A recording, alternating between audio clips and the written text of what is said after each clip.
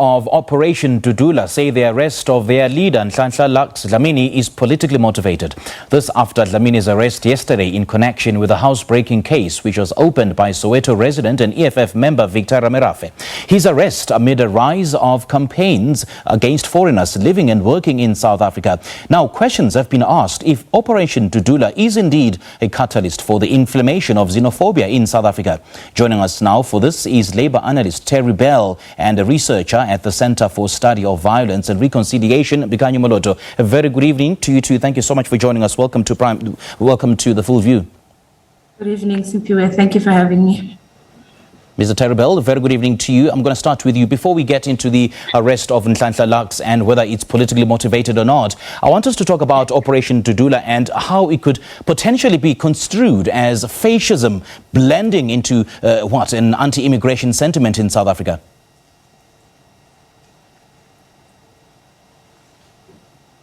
Well, I'm surprised there have been no complaints from Dudula about double standards, because if we recall, just preceding this, we had the so-called raids by the EFF and the Patriotic Alliance, which were also illegal. I mean, it amounted to trespass, intimidation, threatening behavior. I mean, even extortion, if you look at what they were saying, giving time limits, you either do this by then or else. But at about the same time, Dudula indulged in cruder and more violent acts against street traders in Soweto.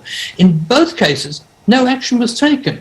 So, I just think it's not a question of any political intervention. It's a matter of the police not doing their jobs, and the community, who are now being played on by groups such as Dudula, are obviously upset. They realize the police service is under-resourced and fairly riddled with corruption. That's the reality. Yeah, Boikanyo, the CSVR conducted a study back in 2013 to understand the significance of Spaza shops as a component of the informal economy.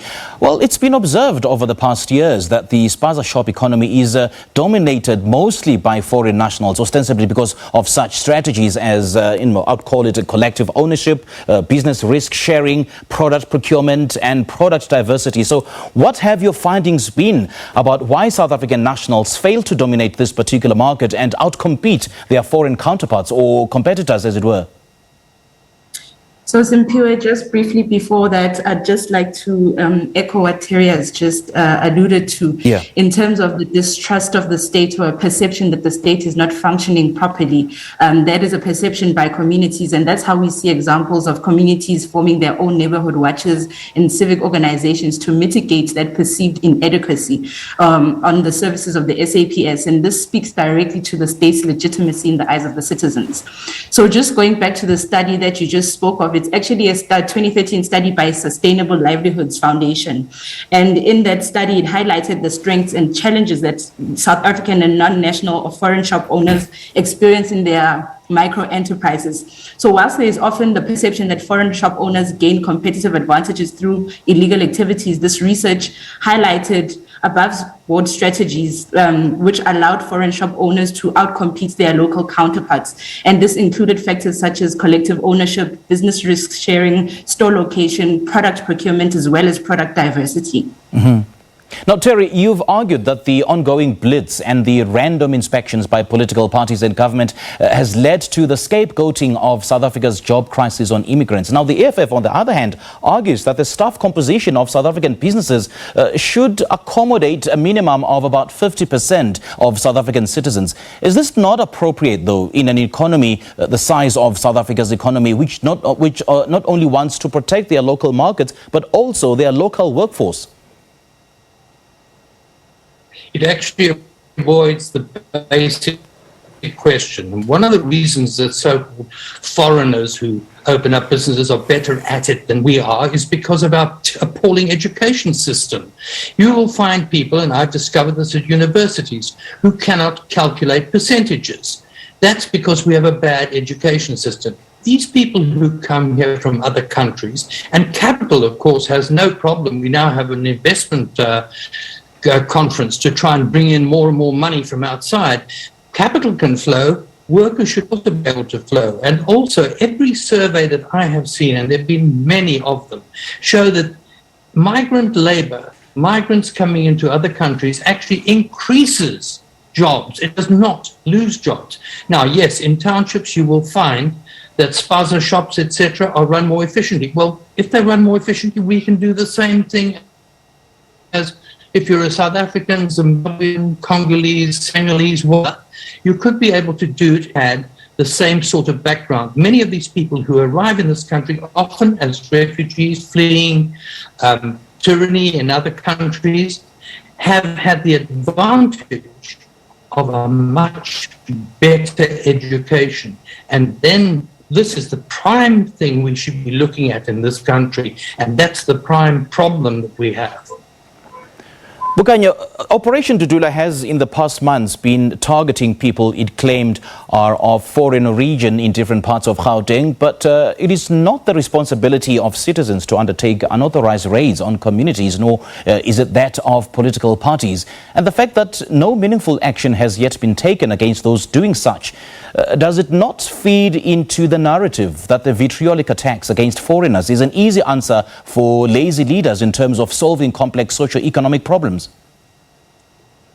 Yes, Simpiwe.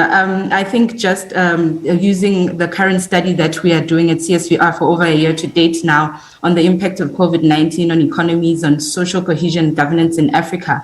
The preliminary findings suggest that the local informal traders and micro enterprise owners have received very little support from the public or private sectors, both before and since the COVID-19 pandemic. And related to the study that I just spoke on and other studies, it's important for Operation Dudula and other stakeholders to come together to explore the strengths and the challenges associated with existing strategies aimed at supporting local micro enterprises.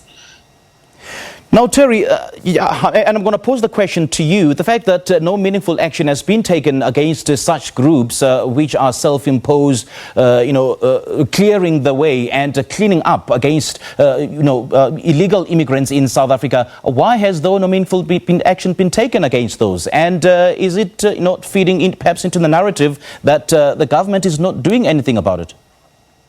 You hit it on the nail right on the head there. What we're dealing with here is an extremely messy political situation where you have a government that is desperately worried, faction riddled, and trying desperately to hold on to the center and not being able to, and being worried that these people are now scoring marks against us by playing the xenophobic card. So we have to sort of at least try to play it slightly as well, because we don't want to lose those people. It's the same thing with, at the moment, it looks to me like Dudula and the EFF, for example, to a degree, the Patriotic Alliance. They're trying to compete with one another. Who is the major leader?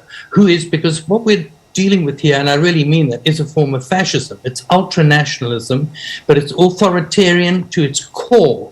It's a matter of follow our leadership, follow our leader, and we will put everything right.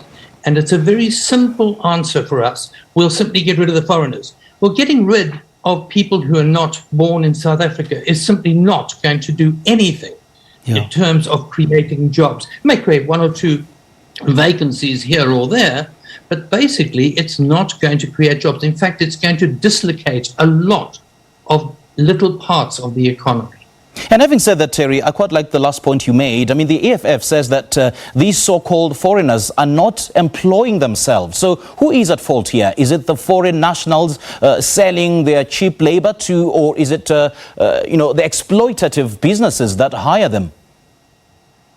That's it, the exploitative businesses. But then we also have very good labor laws in this country, on paper.